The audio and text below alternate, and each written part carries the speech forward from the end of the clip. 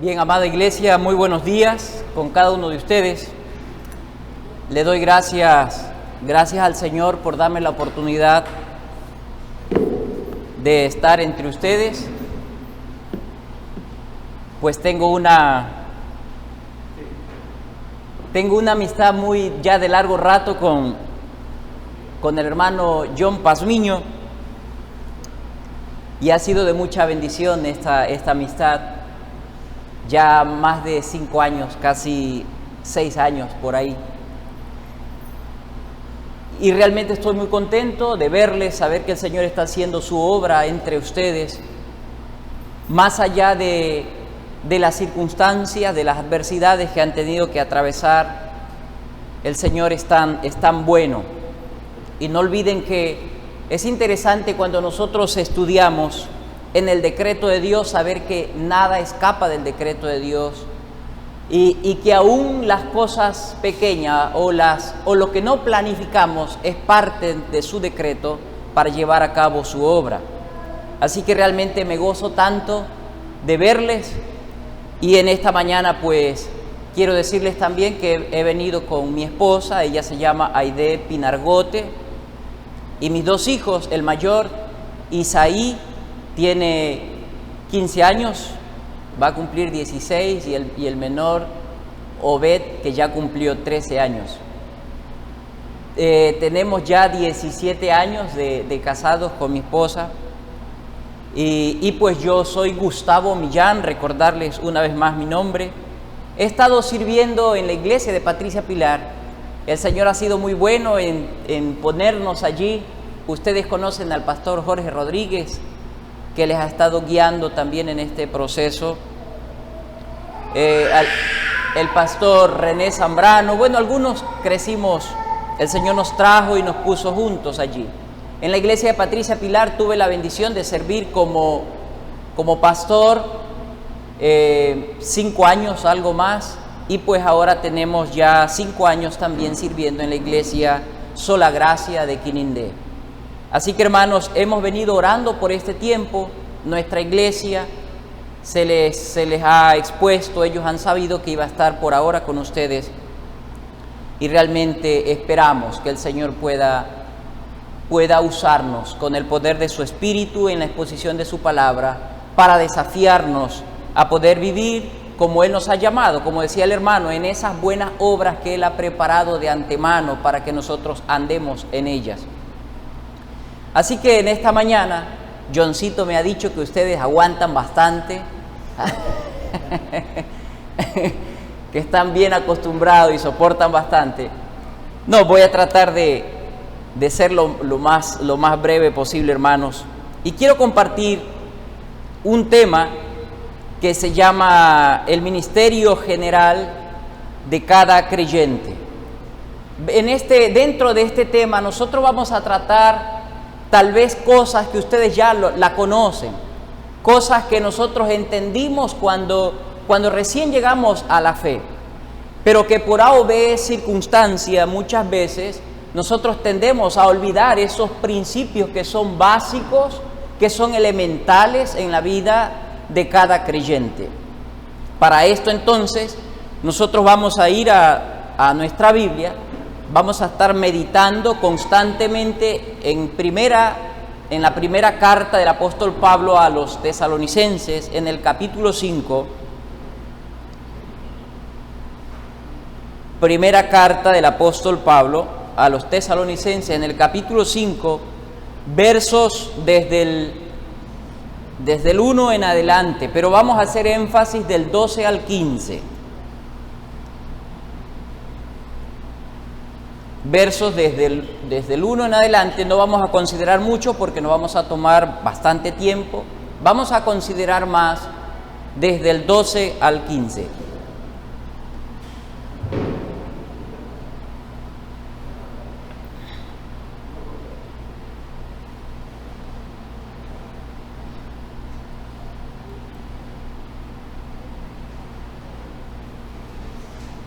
Vamos entonces cuando estemos listos, vamos a dar lectura y luego vamos a orar al Señor para que nos guíe en este tiempo.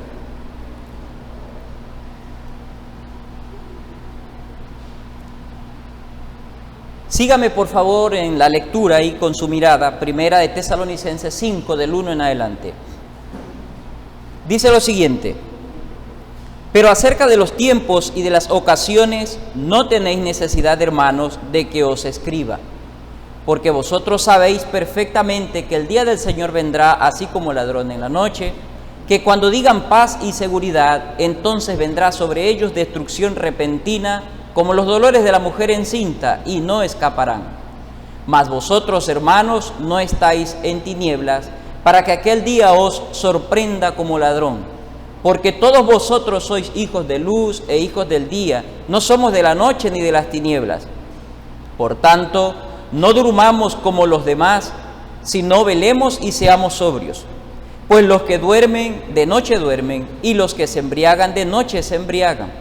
Pero nosotros que somos del día, seamos sobrios, habiéndonos vestidos con la coraza de fe y de amor, con la esperanza de salvación como yelmo. Porque no nos ha puesto Dios para ira, sino para alcanzar salvación por medio de nuestro Señor Jesucristo, quien murió por nosotros para que ya sea que velemos o que durmamos, vivamos juntamente con Él. Por lo cual, animaos unos a otros y edificaos unos a otros, así como lo hacéis. Y note de aquí en adelante: os rogamos que reconozcáis a los que trabajan entre vosotros y os presiden en el Señor y os amonestan. Verso 13. Y que los tengáis en mucha estima y amor por causa de su obra. Tened paz entre vosotros. También os rogamos, hermanos, que amonestéis a los ociosos, que alentéis a los de poco ánimo, que sostengáis a los débiles, que seáis pacientes para con todos. Mirad que ninguno pague a otro mal por mal, antes seguid siempre lo bueno unos para con otros y para con todos. Algo que es sumamente importante distinguir en estas porciones que hemos leído, en primer lugar, es que el apóstol Pablo le está escribiendo a los creyentes en general, a todos. No le está escribiendo a un pastor, no le está escribiendo meramente a los diáconos, aunque algo pasa ahí, toma la atención en el verso 12, pero le está escribiendo a la iglesia. ¿Por qué he hecho esta lectura y por qué hemos tomado estos textos? Porque nuestro tema es el ministerio general de cada creyente. Cada creyente tiene responsabilidad, un ministerio y demás. Nosotros vemos entonces que el apóstol escribe a los creyentes para que cumplan ciertas ordenanzas que él mismo las describe. Vamos a orar para que Dios nos guíe, por favor. Oremos. Señor, te damos gracias por este precioso día, no solo por el clima que tenemos fresco, sino también, Padre, porque es tu día. Gracias, mi Señor, porque estos hermanos han apartado en obediencia este tiempo para poder alabarte, para poder adorarte, para poder contemplar, oh Padre, tu grandeza, para poder contemplar tus mandamientos y deleitarnos en ellos. Señor, ayúdanos, danos entendimiento para conocer estas verdades y danos voluntad también, Padre, para poder someternos, para cumplir estas verdades para la edificación de tu pueblo. Señor, nos dejamos en tus manos, que tu Santo Espíritu obre en nosotros y líbranos, Padre, de la distracción, líbranos de nuestros pensamientos que no estén divagando y que estemos totalmente anclados a tus verdades. Te lo rogamos en el nombre de Cristo Jesús. Amén. Bien, hermanos, en este ministerio de cada creyente es sumamente importante, y permítame leer algo de la introducción que yo tengo en mi apunte. Cuando nosotros hablamos de un ministerio en general, nos referimos a actos que nos corresponde llevar a cabo a todos los creyentes. Va más allá de nuestros dones. Yo no voy a hablar específicamente de aquellos dones en los cuales que Dios da a cada creyente y que sobresalimos, ¿no? Y que con mayor énfasis son visibles y se los opera en medio de la iglesia, se lleva a cabo. Esto no es aquí, es un mandato, este ministerio general que todos debemos cumplir, es un mandato que está implícito en todos los creyentes como nuevas criaturas para la edificación de la iglesia local. Otros también pueden llamarlos las ordenanzas.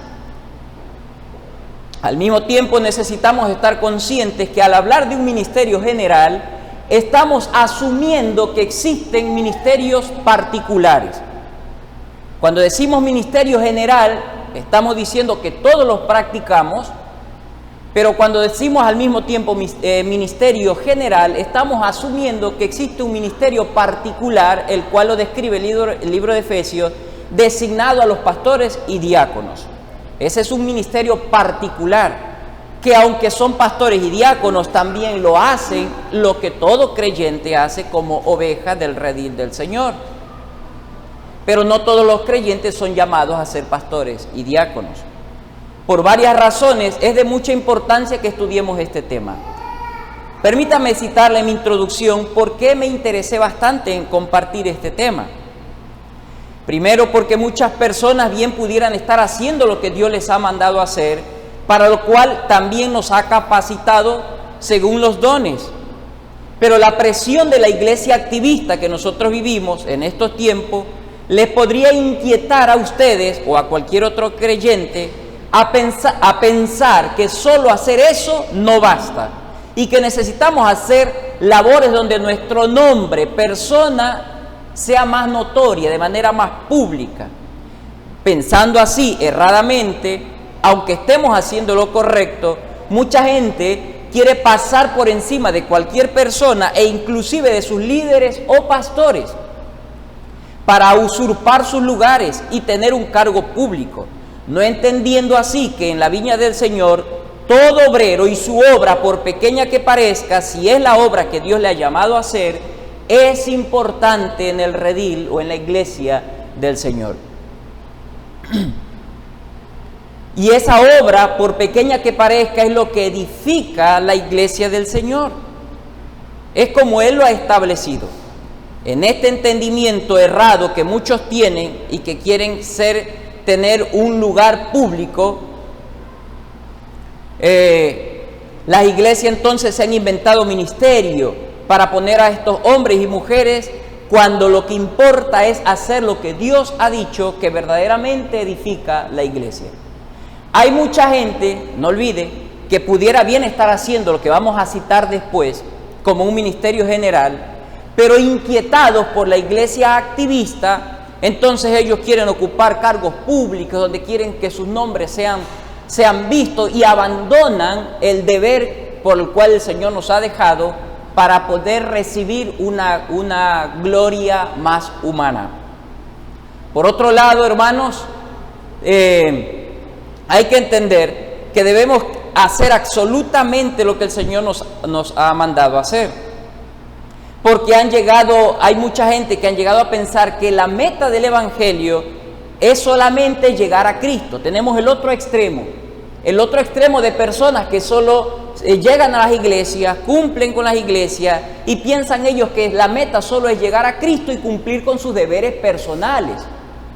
Note que al decir deberes personales, estamos diciendo que el ministerio general no involucra mi tiempo personal. Mi tiempo personal es mi tiempo personal.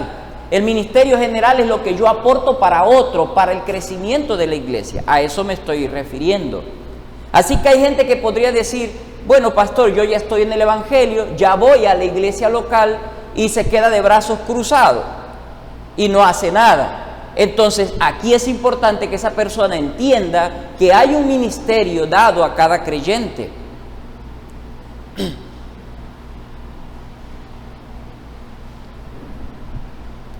Es terrible también, mis hermanos, es terrible notar que muchas congregaciones, cuando las cosas no están del todo bien, toda la artillería de ataque se dirige hacia los líderes o hacia los pastores.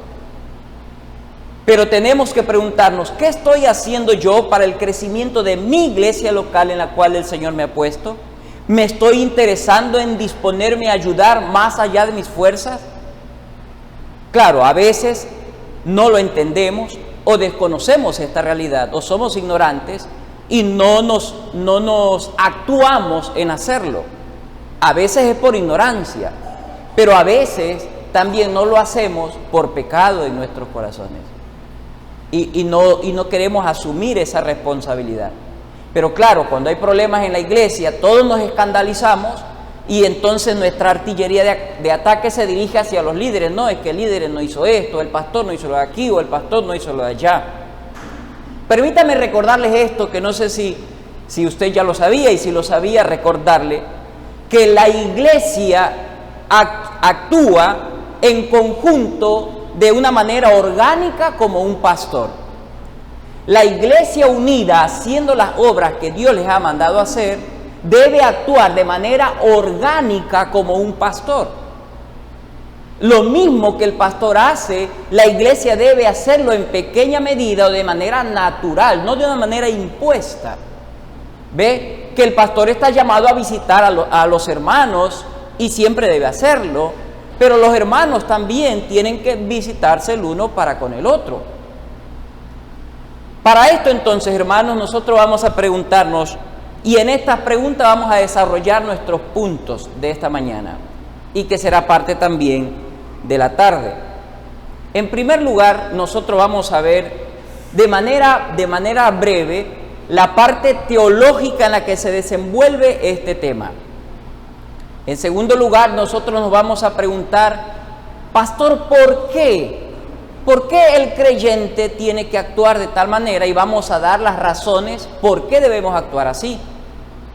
Pero también luego nos vamos a preguntar cómo debemos hacerlo y finalmente cuál es el propósito de hacerlo. Ahí me faltó un punto. En primer lugar vamos a poner la parte teológica de manera breve. En segundo lugar vamos a distinguir cuáles son esos ministerios.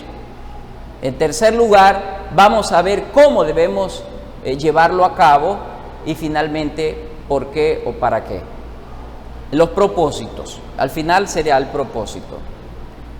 Hermanos, entonces vamos a ir brevemente, miremos brevemente el contexto de esta cita. No olvidemos entonces que el propósito al actuar o al tener un ministerio general, que cada creyente actúe trabajando dentro de la iglesia local, no es solamente para traer un moralismo en las demás personas, sino que esto está ligado a la obra de la regeneración. El Señor no solamente que salva a los individuos o a los creyentes, como lo vemos en todo el contexto que citamos, el contexto que usted ve es el contraste que hace. Ya no estás en las tinieblas, sino que estás en la luz. Tú no eres de la noche, sino que eres del día, para referirse a que nosotros antes estábamos en las tinieblas y el Señor nos salvó. De que ahora ya no caminamos, como dice el apóstol Pablo en Romanos capítulo 8, ya no caminamos según la carne, sino según el Espíritu. En términos más sencillos, hace una distinción entre el creyente y el no creyente. Ese es el contexto que tenemos allí. Entonces, estamos diciendo que de manera teológica Dios salvó a las personas, pero escuche esto, Él dejó medios de gracia para que la iglesia se edifique. Y quiero solo recordar cuáles son esos medios de gracia. Esos medios de gracia son la palabra de Dios, la oración, la comunión, que ahí es donde entra nuestro tema, la comunión, la edificación de los unos a los otros, o el ministerio general tiene que ver con la comunión unos con otros, pero también hay otros medios de gracia para que nosotros nos edifiquemos, que son las ordenanzas, la Santa Cena, el bautismo, pero también las pruebas. Algunos pueden objetar en este principio, pero cuando nosotros vamos a la Biblia, algunos pueden decir que son 3 medios de gracia, otros 4, yo creo que otros dicen que son 7, pero yo he llegado a la conclusión de que son 5 según la Biblia. Alguien dice, pastor, las pruebas no son de gracia, pero vamos a la Biblia y vemos que las pruebas edifican, pulen nuestro carácter y nos hacen más semejantes al Señor Jesucristo.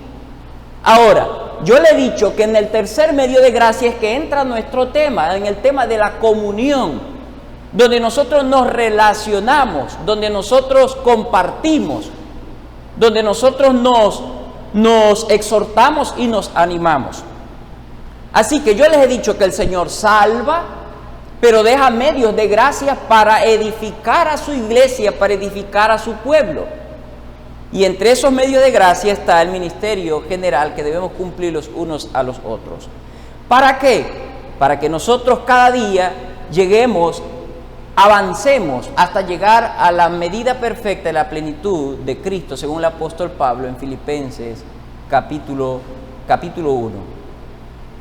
Así que eso es lo que nosotros vemos. De manera teológica debemos relacionar a la obra de regeneración que el Señor ha traído para con los suyos.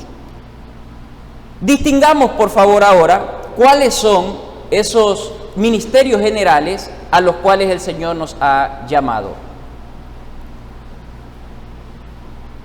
En primer lugar, ¿cuáles son estos ministerios? El primer punto, ¿no? Vamos a distinguirlos.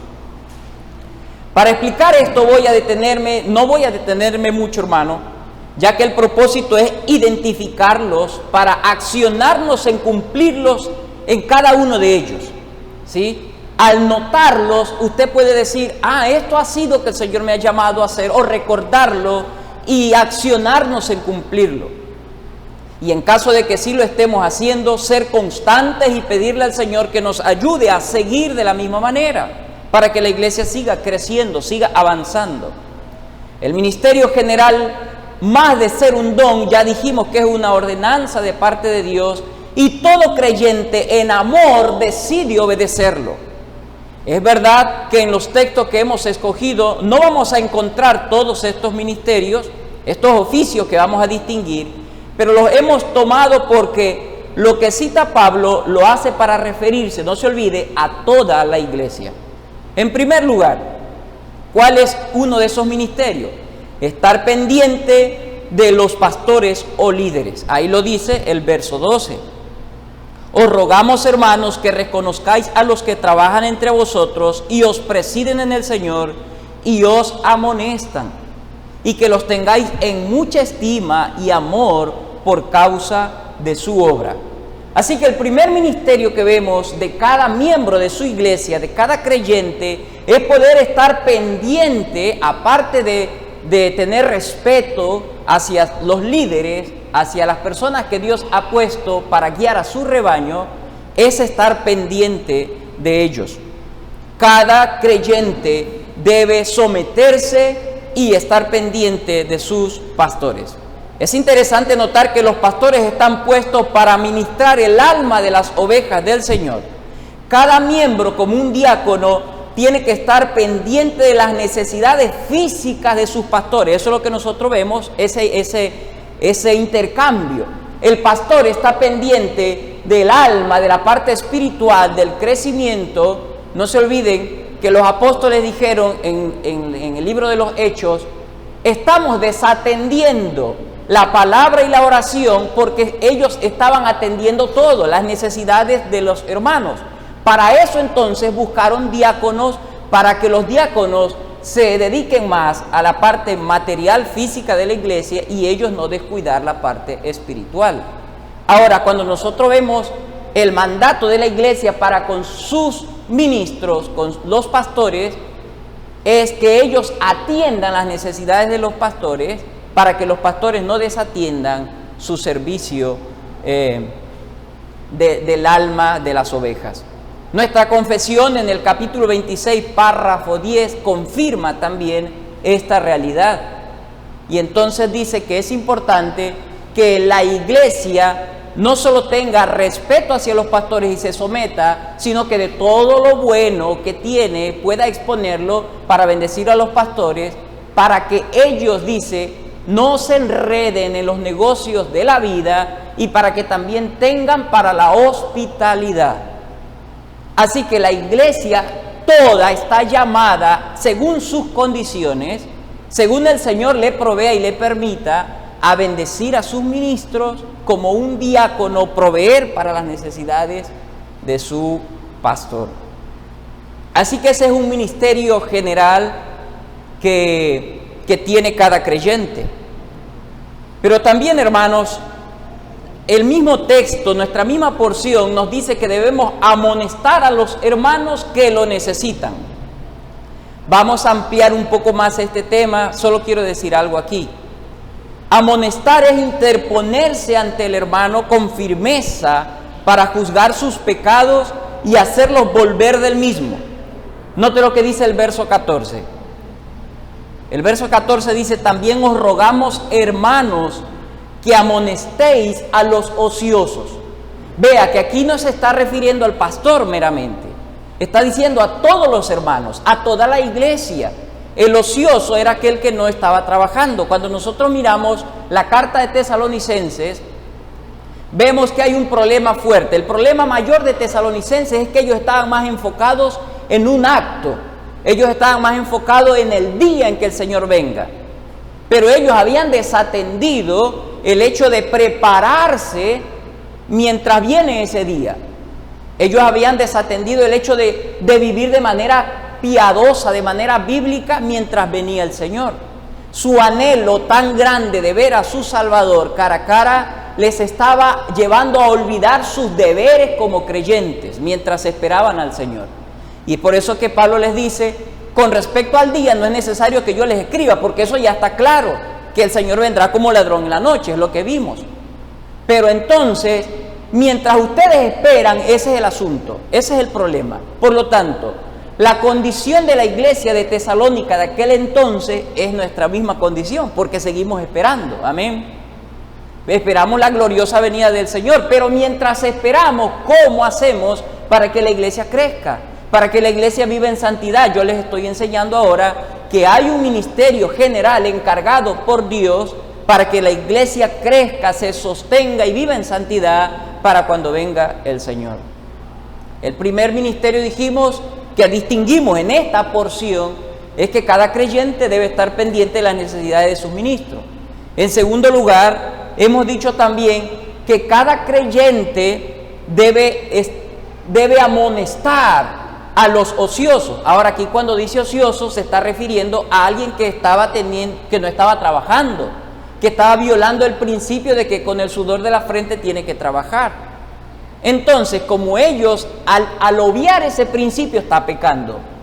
Si nosotros queremos expandirnos un poco más, diríamos que cada creyente debe amonestar los pecados de los demás creyentes.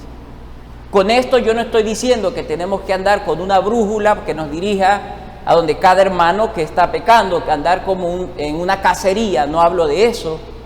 Pero si yo veo a mi hermano de manera clara, directa, que está pecando, que está murmurando, que está chismeando de otro, yo debo amonestarlo para de esa manera santificar al hermano y a la iglesia, que el Señor traiga arrepentimiento a su vida. Pero en tercer lugar, el mismo texto nos dice que debemos alentar a los desanimados. En cuarto lugar, debemos sostener a los débiles. En quinto lugar, debemos supervisar, según el verso 15, note lo que dice allí. Mirad que ninguno pague a otro mal por mal, antes seguid siempre lo bueno, unos para con otros y para con todos. En quinto lugar, debemos entonces supervisar que no crezca rencor, odio, envidia o amargura en el corazón de los hermanos para que la iglesia se mantenga saludable. Pero también hay otro ministerio que no se lo cita aquí, y es el ministerio de la oración. Debemos orar unos por otros. Eso lo certifica el libro de Efesios, cuando el apóstol Pablo le habla a los hermanos que no tenemos lucha contra sangre y carne, Efesios 6:18, y le dice que debemos orar, y específicamente el texto dice: orando en todo tiempo, con toda oración y súplica en el Espíritu, escuche, y velando en ello con toda perseverancia y súplica por todos los santos. Así que aquí vemos el ministerio, que debemos orar unos por otros.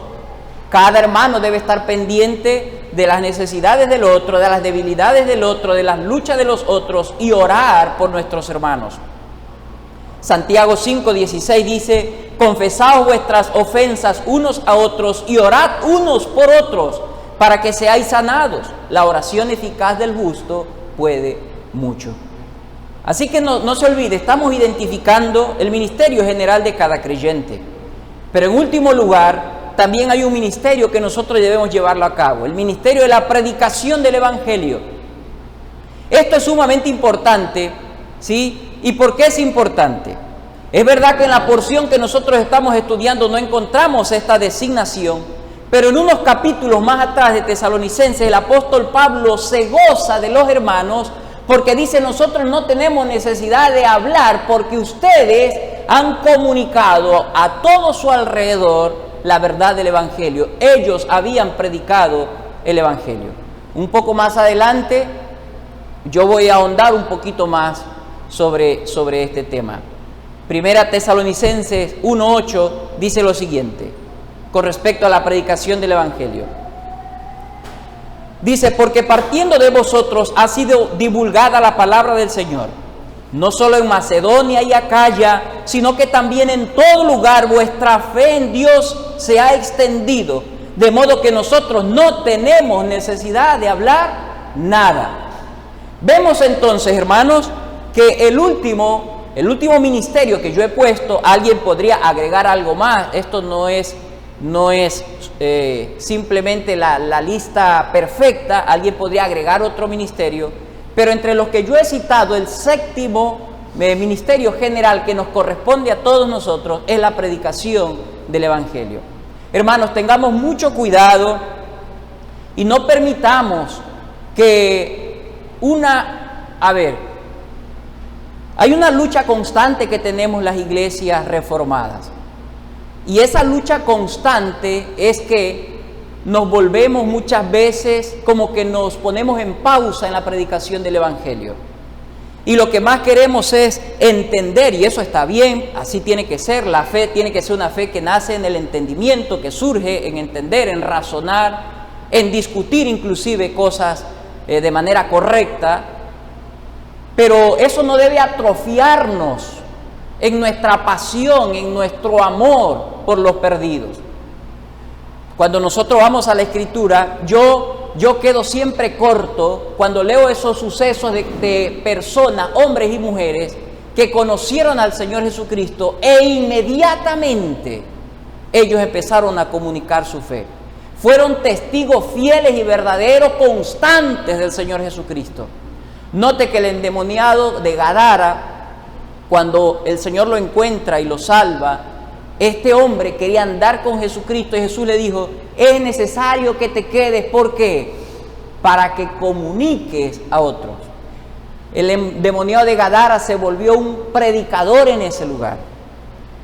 Cuando algunos fueron, en el libro de los Hechos, cuando llega el Espíritu Santo con poder, y algunos fueron testigos oculares de aquello, eso permitió que la iglesia crezca. Entonces fueron testigos en otro lugar, a tal punto que cuando Pablo llegaba, se encontraba que ya había una iglesia, que ya esos hermanos habían predicado el Evangelio, habían comunicado esa verdad. Nosotros muchas veces estamos tan distraídos, tan ocupados, y a veces por ignorancia olvidamos ese principio de que debemos tener compasión por los perdidos y predicar el Evangelio. Todos. No es un deber meramente del pastor o de los líderes o de los diáconos, sino de cada uno de nosotros. Así que esas son las 7 designaciones que nosotros encontramos como ministerio general. Estar pendiente de nuestro pastor, amonestar al que está en pecado, alentar al que está desanimado, sostener al débil, orar unos por otros, predicar el Evangelio, y me faltó uno en esto. Ahora bien, vamos a pasar en mi segundo punto. Yo les he dicho, hemos distinguido este ministerio, hemos visto teológicamente cómo está ligado esto al libro de Tesalonicenses y cuál es el propósito de edificar la iglesia según Pablo. Pero vamos a preguntarnos por qué. En esta pregunta, ¿por qué? Que alguien pudiera estar de manera obvia, lógica y necesaria preguntándose: pastor, ¿por qué? Si esto corresponde solo a los pastores, o así al menos me lo han enseñado. Nosotros vamos a entender por qué el Señor dejó que la iglesia se sostenga de tal manera. En este por qué nosotros vamos a ver lo sustancial, lo elemental, lo básico, la importancia que tiene este ministerio. ¿Por qué yo tengo que atender un ministerio de tal manera? Se supone que esto es obra meramente de los ministros. Ahora, esto es parte de la verdad de que es obra de los ministros. Sí, el pastor tiene que ser el doble o más de lo que es la iglesia. Eso se espera. Pero no es toda la verdad, hermanos. Para explicar esto trataré de mantenernos anclados, una vez más les recuerdo, a nuestros textos, pero en ocasiones vamos a tener que salirnos de ellos porque el tema es más amplio y se requiere ir a otros textos. En primer lugar, ¿por qué Dios dejó este ministerio de los unos para con los otros? Por la condición de la iglesia. Sí, aquí vamos a tener tres subpuntos. En ese por qué lo vamos a responder por la condición de la iglesia. En segundo lugar, vamos a responderlo por lo que figura la Biblia de lo que es la iglesia. Y en tercer lugar, por la misión que se le dio a la iglesia. Por eso necesitamos esos ministerios generales que hemos citado 7. Pastor, ¿por qué? Por la condición de la iglesia, por lo que figura la Biblia que es la iglesia. Y en tercer lugar, o literal C, por la comisión o por lo que se le encomendó a la iglesia. En primer lugar, la condición de la iglesia, literal A. Nos damos cuenta que el propósito del apóstol no es hablarle a los hermanos sobre la fecha de la venida de Cristo, según Tesalonicenses 5:1, sino más bien de cómo la iglesia se tiene que conducir. ¿Ve? Tampoco el propósito es hablarnos del estado legal de la iglesia, ya que el estado legal ya se dijo. Note lo que dice el verso 11.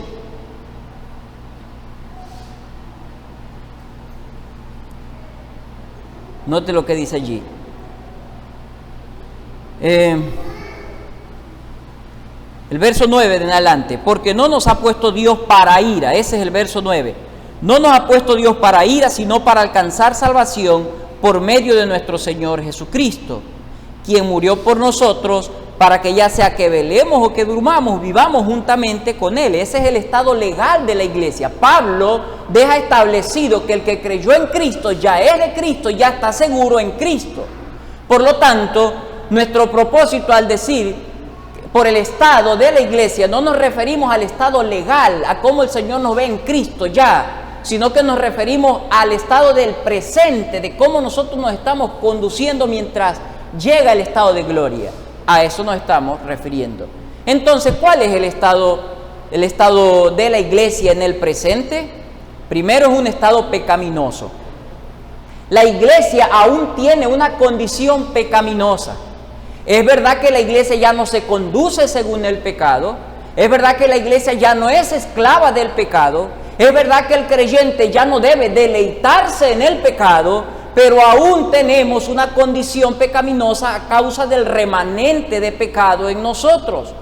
Y el remanente de pecado tiene una afectación integral todavía. Cuando digo integral me refiero que obra en toda nuestra vida, en pensamientos, acciones, deseos, planes, proyectos. Hermanos, esto es importante entenderlo, porque a veces eso no nos permite llevar a cabo nuestro ministerio general. Porque a veces nosotros, si tenemos un grado un poco más alto de espiritualidad o de fe, a mi otro hermano yo lo veo con arrogancia muchas veces. A veces yo no entiendo que ese hermano está batallando efectivamente, que tiene una lucha y que lo está haciendo de manera genuina. Y entonces nosotros creemos que el creyente es un súper espiritual y que ya no peca más. Eso es un error fatal. El apóstol Juan lo corrige cuando dice: el que dice que no ha pecado es mentiroso.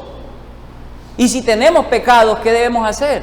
Debemos venir delante de Dios en arrepentimiento. Y para eso Jesucristo está a la diestra del Padre, abogando, intercediendo por nosotros. No se olvide que el que comenzó en vosotros la buena obra la perfeccionará hasta el día de Jesucristo. Así que es interesante que entendamos este principio, la condición de la iglesia. Pastor, aunque la iglesia ha sido santificada, ha sido lavada, ya es perfecta delante de Dios por la obra de Cristo Jesús y la fe que yo he tenido en Él, a pesar de eso, mi condición presente de la iglesia militante todavía es que pecamos. Y aunque nos dolemos cuando pecamos, aunque ya no amamos el pecado, pues aún hay pecado. Esa es la realidad. Pensemos por un momento en esto.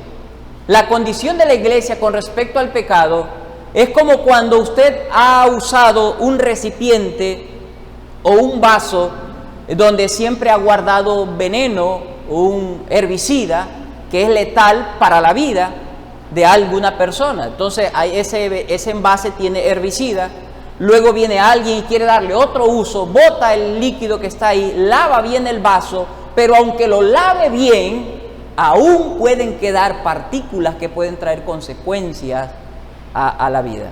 Ahora, como está bien lavado, también ya puede dársele un uso para otra cosa o para tomar agua, aunque el riesgo ya no es el mismo.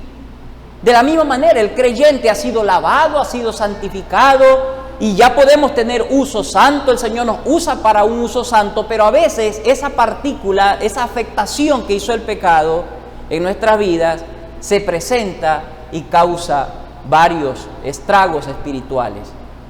Entonces estamos diciendo, a causa de la condición de la iglesia es necesario, indispensable el ministerio general que hagamos cada cual.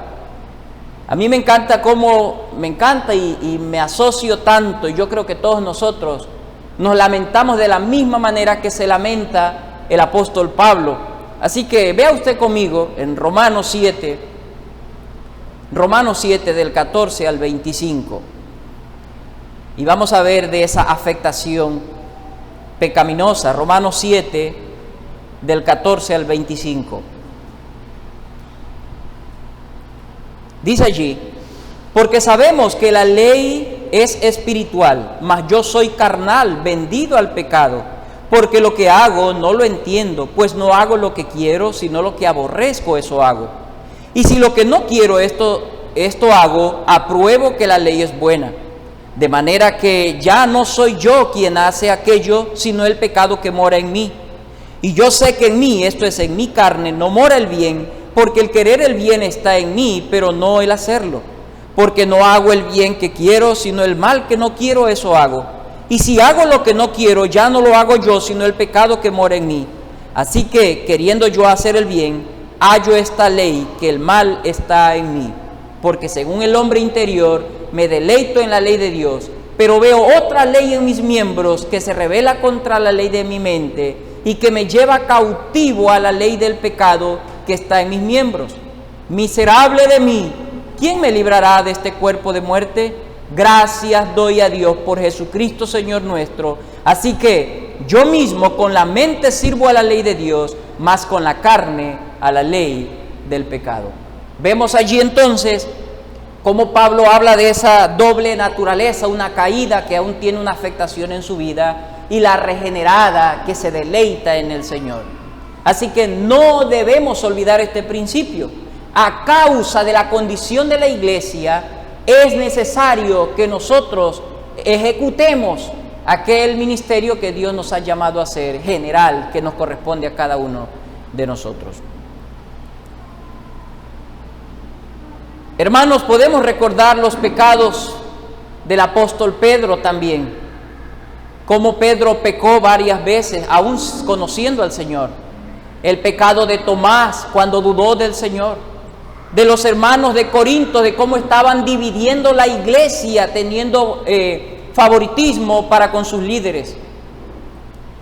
Y muchos otros detalles que podemos encontrar en la Escritura sobre este tema. Por lo tanto, sabiendo que aún estamos todos con la antigua naturaleza pecaminosa, tenemos que cumplir constantemente, fielmente, esforzadamente nuestro ministerio general para irnos santificando mutuamente con la esperanza de ser más santos cada día.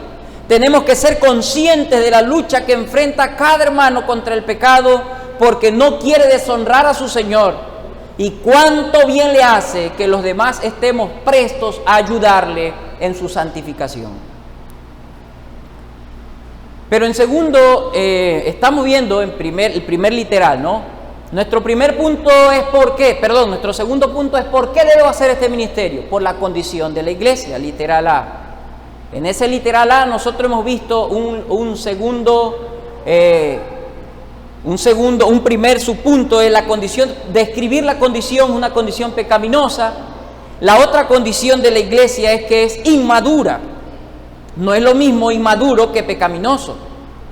Es verdad que en la iglesia no todos tenemos el mismo grado de inmadurez, pero también es cierto que nadie ha llegado a esta vida, al estado máximo de la madurez. Dice nuestra confesión que aunque la iglesia tiene que seguir creciendo, nadie ha llegado a un estado supererogatorio, en el sentido de que diga, yo ya llegué aquí y me relajo porque llegué a la cima.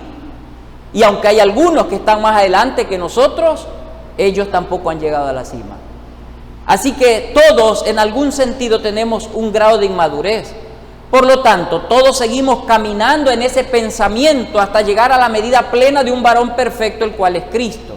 La inmadurez casi siempre tiene que ver con nuestra idolatría, tratar de cuidar el yo, nuestra propia persona.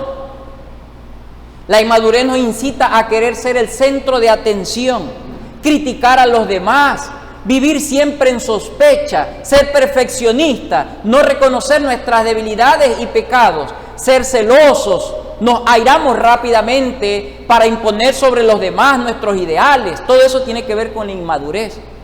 Podríamos decir que es una debilidad e inseguridad emocional que se exterioriza. Entonces, a causa de la inmadurez, necesitamos cumplir nuestro ministerio general para seguir creciendo. La solución para este mal de la inmadurez es comprender bien la grandeza de Dios y su gloria que requiere en todo lo que nosotros hacemos. Pero también al mirar nuestra pequeñez y verdadera condición, esto nos ayuda a poder solucionar la inmadurez. Reconocer la grandeza y la gloria de Dios en todo lo que hacemos, pero al mismo tiempo que yo veo mi pequeñez, digo, Señor, ¿quién soy yo para jactarme? ¿Quién soy yo para vanagloriarme? ¿Quién soy yo para hacer de menos a mi hermano? Entonces esto nos ayuda a superar la inmadurez. La iglesia no tiene que conformarse en esta inmadurez, mucho menos gloriarse, sino que tiene que aspirar a crecer cada día, así como todo padre espera que su hijo crezca y madure. Esto es lo que logra. Asimismo, esperamos que cada hermano crezca y madure. Esto es lo que se logra, hermanos, crecer y madurar con el ministerio general de cada creyente. El apóstol Pablo le escribe a los Corintios cuando le dice, a causa de su pecado no les puedo hablar como adultos, sino como a niños en Cristo, como carnales, como inmaduros. Pablo les dice a ellos.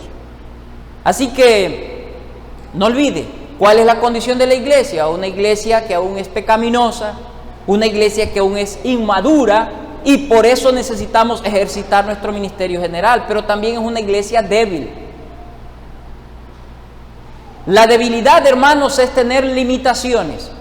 En ciertas áreas de nuestra vida pueden ser físicas, intelectuales, financieras, emocionales y demás. La debilidad es aquello que no nos permite realizar al 100% y por nosotros mismos todo lo que queremos o emprendemos hacer. Eso es una debilidad.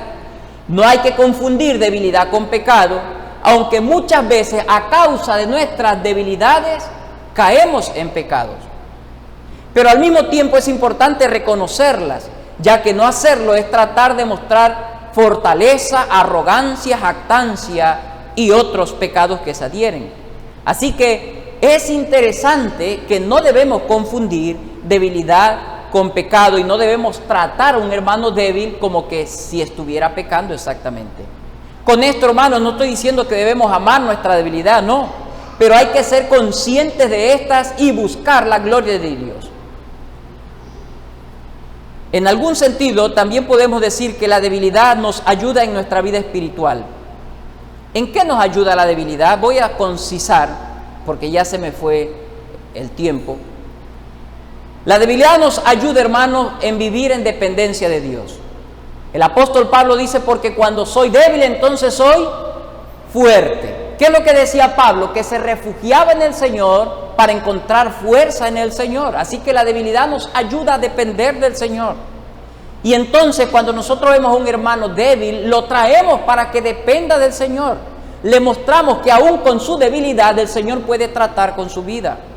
En segundo lugar, la debilidad nos ayuda a reconocer la fortaleza en otros, a aceptar que otros son mejores que mí en ciertas áreas y que así se edifica el pueblo de Dios.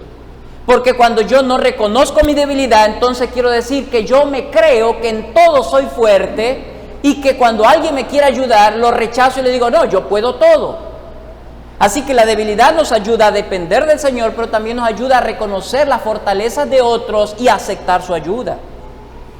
Pero en último lugar, también la debilidad nos ayuda a darle solamente la gloria a nuestro Señor, porque decimos, Señor, para esto esto no ha nacido de mí. Ha sido tú, Señor, quien me has fortalecido, quien me ha mostrado, quien me has edificado, y le damos finalmente la gloria a nuestro Señor. Hay algunos textos, hermanos, que voy a citarlo de pronto a los que les gusta tener apunte con respecto a la debilidad. Solo voy a citar, no voy a leerlos por el tiempo. Segunda a los Corintios 12, del 7 al 10. Salmos 73, 26. Isaías 40, 29. Romanos 8, 26. Mateo 26, 41. Hebreos 4:15 es un texto muy precioso, y segunda a los Corintios 13:4.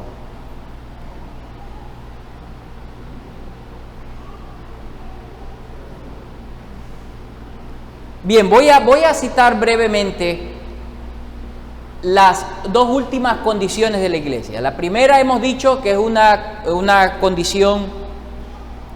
Hemos dicho por qué se necesita, por la condición de la iglesia. En segundo lugar, por lo que se figura en la Biblia con respecto a la iglesia.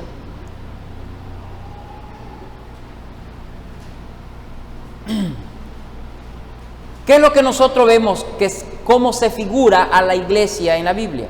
Cuando miramos la Escritura, podemos darnos cuenta de que se usan muchas figuras para referirse a la iglesia en una etapa de crecimiento. Todas estas figuras se las muestra para mostrar que la iglesia, aunque está bien cimentada, aunque está bien fundamentada, aún no ha llegado a su mayor crecimiento. Está en esa condición, en esa meta de crecer.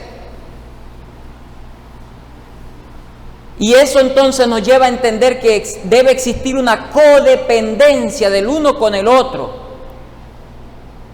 Por ejemplo, en una construcción nosotros vemos cómo depende una cosa de la otra. Nosotros vemos en una familia, ¿sí? En una familia cómo depende el esposo de la esposa del esposo, los hijos de los padres, y luego a medida que nosotros vamos avanzando en edad, también los padres de los hijos, para que nos sostengan, nos ayuden, nos guíen y demás. Hay una codependencia. Y todas esas figuras que muestra la Biblia nos hacen entender de que existe y debemos tener un ministerio general, porque eso es tener una codependencia el uno para con el otro. En primer lugar, lo que figura la Biblia nos habla de un cuerpo.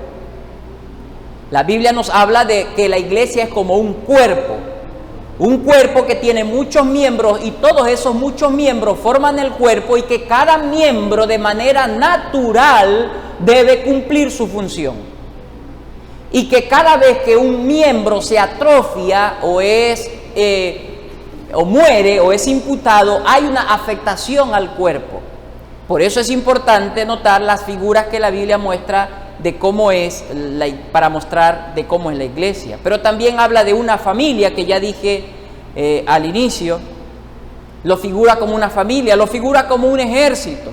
Usted sabe que un ejército está conformado de varias personas, y cada grupo de personas cumple una función, pero todos juntos es un ejército. Nadie puede ser mayor, capitán o sargento si no tiene un pelotón al mando, porque entonces no sería de nadie. Pero también de una nación.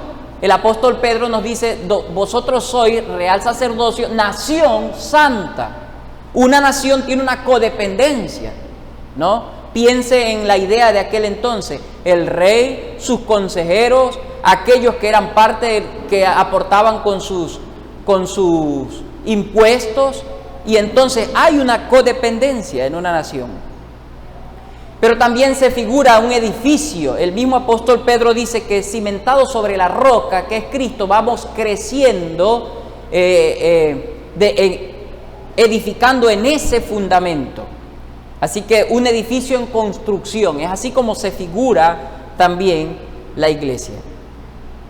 Pensemos por un momento, hermanos, en un equipo de fútbol. Aquí la mayoría va a entender, ¿no? Creo que si tienen a Johncito al lado de ustedes, no puede estar lo de Johncito sin que no de vez en cuando hagan fútbol. Pensemos en un equipo de fútbol. Puede que tengan los mejores jugadores un equipo, pero si no hay comunicación entre ellos dentro del campo de juego, si no hay armonía dentro y fuera de la cancha, apoyo y esfuerzo de parte de todos, no se logran los objetivos. Aunque tenga el mejor equipo, no se logran los objetivos.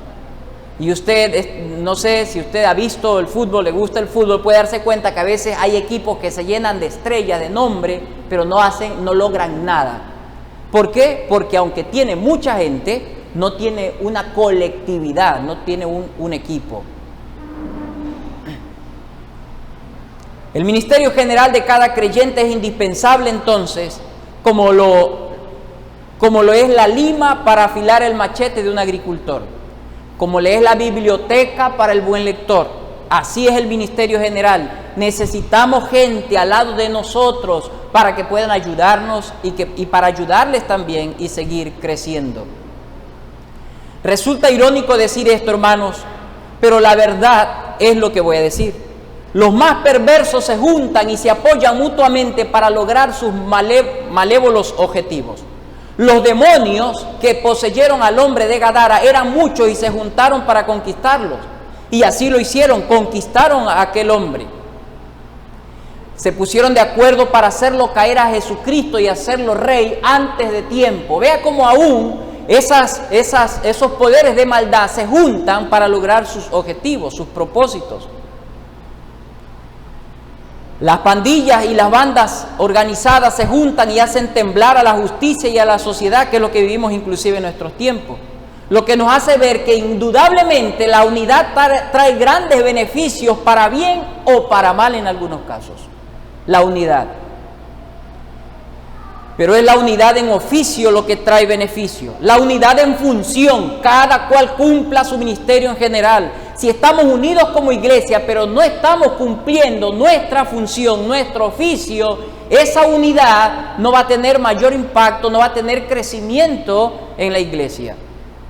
Es la unidad en función. El hecho meramente de que nos congreguemos sin objetivos claros, eso no tiene ningún beneficio. Si usted se congrega, pero de antemano no viene diciendo, Señor, yo quiero alabar tu nombre. Señor, yo quiero ser edificado con tu palabra. Señor, úsame para poder bendecir a mis hermanos mientras nos congregamos. Si ese propósito no está en la mente, esa unidad no tiene ningún impacto, ningún beneficio. Porque simplemente cumple usted como ir a cualquier lado y estar sentado y llegar.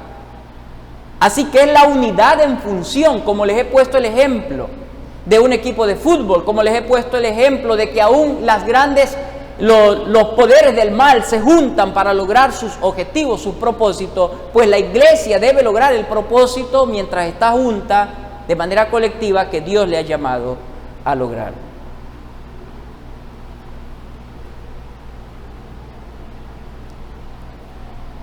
Por último, hermanos, también, no olvide, este ministerio general, estamos viendo nuestro segundo punto, fue dado por la condición de la iglesia, también fue dado por lo que se figura de la iglesia, pero también fue dado, en último lugar, por la misión de la iglesia. Usted y yo conocemos la famosa y sublime y necesaria Gran Comisión, Mateo 28. Y solo unidos, hermanos, podemos lograr la Gran Comisión, de alguna manera, de varias maneras, orando, yendo, sosteniendo, predicando, en todo lugar. Id y haced discípulos. Esta gran comisión les ha sido dado en primer lugar a los que han visto la gloria de Cristo con fe. El Señor Jesucristo encarga a los discípulos a hacer otros discípulos. ¿A quiénes? A los que vieron la gloria de Cristo. Después de ver sus milagros, después de ver sus proezas, después de verlo resucitado, fue que Él se acerca a ellos, a sus discípulos, y les encomienda esta gran comisión. A los que han visto su gloria. Y los que lo han visto no solo con ojos curiosos, sino con ojos de fe. Pero en segundo lugar, también se le encarga a los que han sido beneficiados de la obra de Cristo por medio de la fe. Esos son los discípulos, a la iglesia.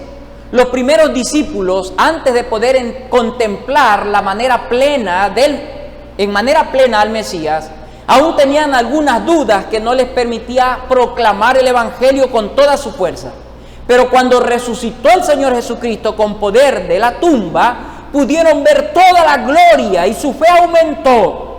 Y entonces, cuando su fe aumentó, fue que ellos estuvieron dispuestos a llevar las buenas nuevas a todo lugar. Para luego ellos llenaron todo el mundo de aquel entonces con el Evangelio, sin importar las condiciones, sin importar las limitaciones. Verlo a Cristo en todo su esplendor y haber sido bendecidos con la obra de Cristo es lo que permite que toda persona se active, se agilite, se conmueva a llevar las buenas nuevas. Si usted no ha visto a Cristo, va a ser difícil que haga aquello. Así que, hermanos, ellos llenaron el Evangelio del mundo conocido de aquel entonces. Solamente existen dos factores que nos vuelven infructíferos en compartir el Evangelio. Primero, tener muchas dudas, como sucedía con los primeros discípulos, pero esto se soluciona con la instrucción y la oración. Si usted tiene dudas de predicar el Evangelio, tiene que instruirse en la palabra, ver las promesas del Señor, pedir consejo a los líderes de esta iglesia. Porque puede ser que no predicamos por ignorancia, no sabemos cómo hacerlo. En eso estamos de acuerdo. Pero hay un deseo ferviente, ardiente en su corazón por predicar el Evangelio. Así que la primera cosa que atrofia la predicación del Evangelio en cada creyente son las dudas. No se olviden que los discípulos tenían dudas con respecto al reino. Tenían dudas con respecto a la resurrección de Cristo todavía. Muchas dudas. Eso no los descalificaba de ser creyentes, pero sí no les permitía que su fe crezca y comunicarla. Pero hay otra cosa que atrofia a la iglesia en la evangelización, que no conozca verdaderamente a Cristo.